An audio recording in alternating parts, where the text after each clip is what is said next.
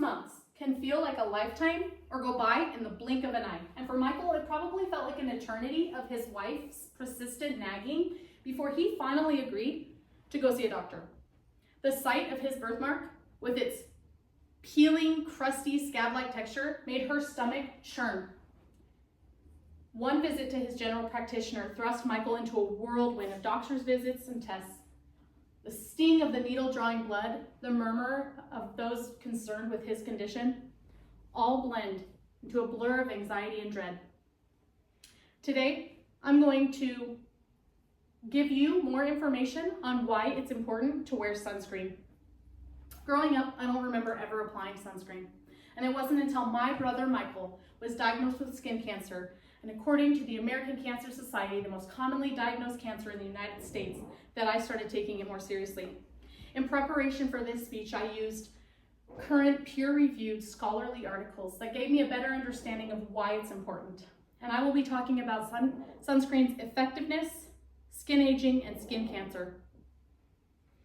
To understand the effectiveness, I think we should know that there are 3 regions of UVR, ultraviolet radiation. UVA is the longest ray. 95% of it reaches the Earth's surface, penetrating deep into our skin, damaging our collagen, creating wrinkles, and tanning. UVB is the second medium wavelength, absorbing into our skin, causing sunburns and skin cancer. And UVC, the shortest wavelength. It's absorbed in the lower stratosphere of the ozone and doesn't make it to the Earth's surface. We use sunscreen to protect against these UV rays. We go into a store and we see a broad range and selection. You might see SPF or sun protection factor of 15 all the way up to 100. And in my first source, the 2016 Arkansas State University study, the students initially thought that SPF 30 was double the protection of SPF 15. Yet the difference was only 3%. This is a photo from their study where they used 4 different sunscreens with 4 different chemical compounds and SPFs. In my third source, I learned that chemical filters like oxybenzone and others are chemicals that absorb high-intensity radiation that convert into low energy, causing heat on our skin rather than damage from those UV rays, as well as physical filters like zinc oxide that reflect the UV rays away from our skin. In that study, the students determined that most sunscreens have an equivalent sun protection factor and chemical composition. They use creams and sprays, and in my third source, I learned that it is more desirable to use cream because sprays can blow in the wind, they're hard to see, and there's a possibility of inhaling them. I think that the sunscreen that we use is a matter of preference, and that it comes down to the amount that we use. In all of the articles across the board that I study for this speech, I learned that there are different opinions and that the general consensus is to apply generously. Read the back of your sunscreen to know how to reapply, but also the general consensus is every 2 to 3 hours.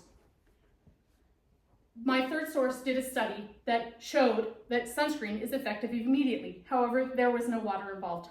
It's considered to be wise to wait 15 to 30 minutes to get into water after you apply sunscreen. Now, when using sunscreen properly, we can prevent skin aging. And in my second source, a 2001 article by the clinical professor of dermatology, he says regular use of sunscreen can stop the signs of aging. My third source talks of UVA damage, such as telangiectasia, or small bursted blood vessels on our skin, and pigmentary alterations that can also be avoided using sunscreen. UVA penetrates glass, and my friend Google has shared this photo of a 69-year-old truck driver who drove for 28 years, and you can see the wrinkles and aging, advanced aging, that the UVA rays have caused.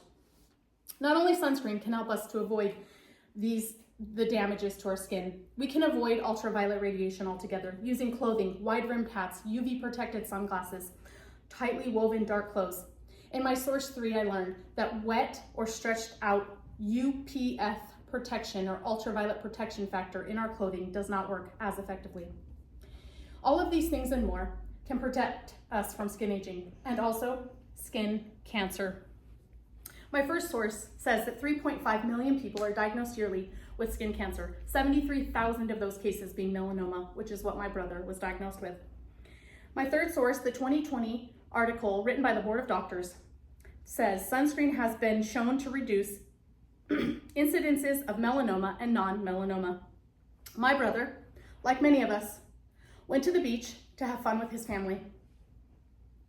He got sunburned and it turned into skin cancer. My fourth source, a 2019 article educating the people on signs and symptoms. I learned some tips to help us know our skin. They suggest one time a month we take 10 minutes to study our skin. We look for A, symmetry, B, uneven borders, C, unclean changing color, D, diameter changes different or patchy colors, E, expanding diameters, consult an expert. It's important to know your skin. It's important to check your skin. Early detection is important. I've given you information on why it's important to wear sunscreen, how it's effective, how it prevents skin aging and skin cancer. 6 months was just long enough for cancer to weave its deadly web. My brother fought a hard fight, but unfortunately, the merciless grips tightened until cancer took him. Oprah Winfrey said it best: turn your wounds into wisdom.